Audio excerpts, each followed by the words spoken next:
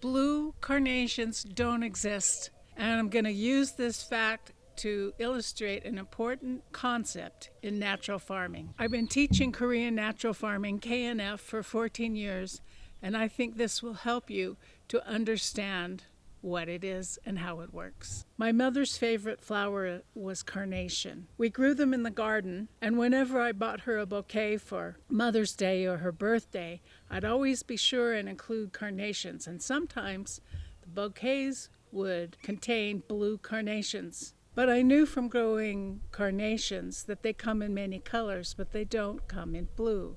They've been hybridized to come in many colors, but they still don't come in blue. So how do they create blue carnations?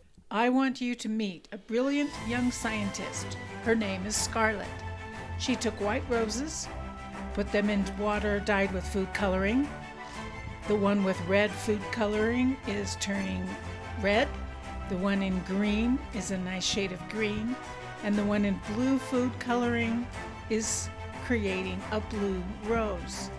So that's how they make blue carnations. They put cut flowers in water with dye, and voila, blue carnation.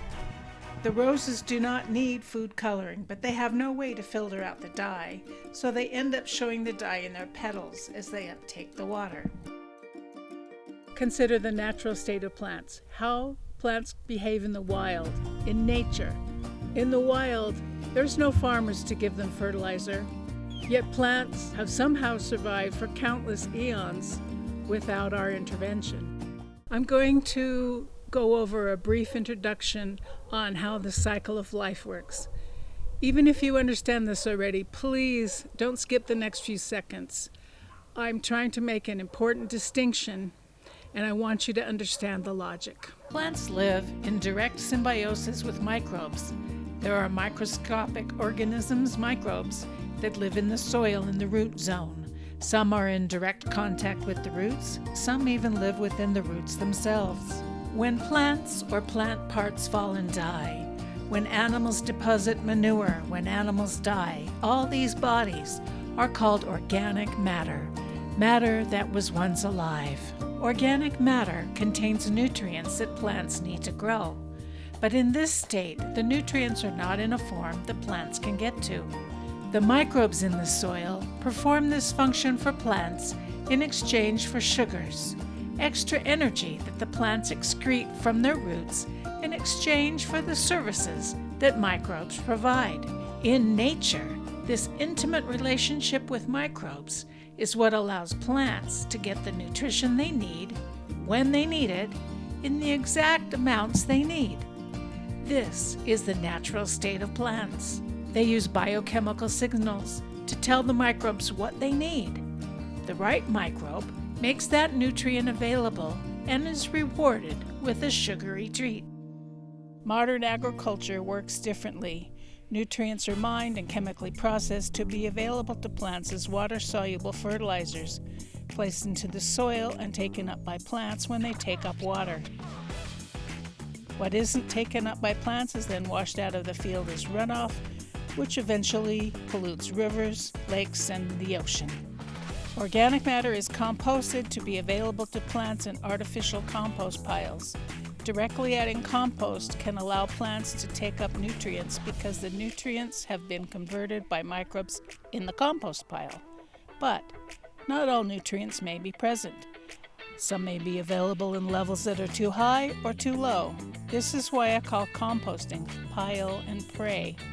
The method is closer to nature, but requires high labor and is not precise. When compost tea and other biofertilizers are dissolved in water and given to plants, the plants take up whatever is in their water, just like Scarlett's roses. In other words, with modern agricultural techniques, the farmer is deciding what nutrition the plants get, not the plants themselves. So this is the definition of natural farming. Natural farming allows plants to obtain the nutrition they need, when they need it, in the exact amount that they need it. Anything that force feeds plants by putting nutrients in their water is not natural farming. They have no way to control what they ingest when you put the nutrients in water. It's that simple. This means that Jadam is not natural farming. It may be low-cost organic, but it is not natural farming. With KNF, fertilizers are not needed. We use healthy soil with high concentrations of microbes instead, and we direct the growth using biochemistry of fermented plant juices. We also integrate animals to close the loop and recycle the organic matter.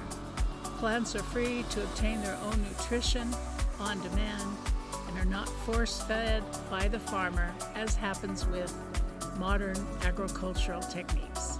Natural farming is growing food in ways that mimics nature, and now you know that means building the soil foundation instead of force-feeding plants. Let plants get their own nutrition from the soil using the soil biology. The next time you're thinking of using a solid water-soluble fertilizer or liquid fertilizer, I want you to picture scarlet roses or a blue carnation. Do you really think you know better than nature? Do you really want to create nutritional imbalances that lead directly to more pests and disease? There's a better way that uses less work, less money, and I want to clarify and simplify that method. I want you to use less labor because you're putting more of the labor back on the hands of nature where it belongs. I want you to spend less money using local materials. I want you to stop buying feed and fertilizer. I want you to enhance the genetic potential of your crops and your livestock. When you do that, you get higher yields, better quality, higher nutrition, and better taste. Your food becomes your medicine. I want you to grow with natural systems that enhances the environment instead of degrades it, builds topsoil instead of loses it every year. I've been studying natural farming since the 60s, and I found a system that does all that. We don't have to choose between better food, better environment, and feeding the world. It's a false dichotomy. Above all, I want to teach you a system that is fun. Come join me on this journey. Peace. I am Opile.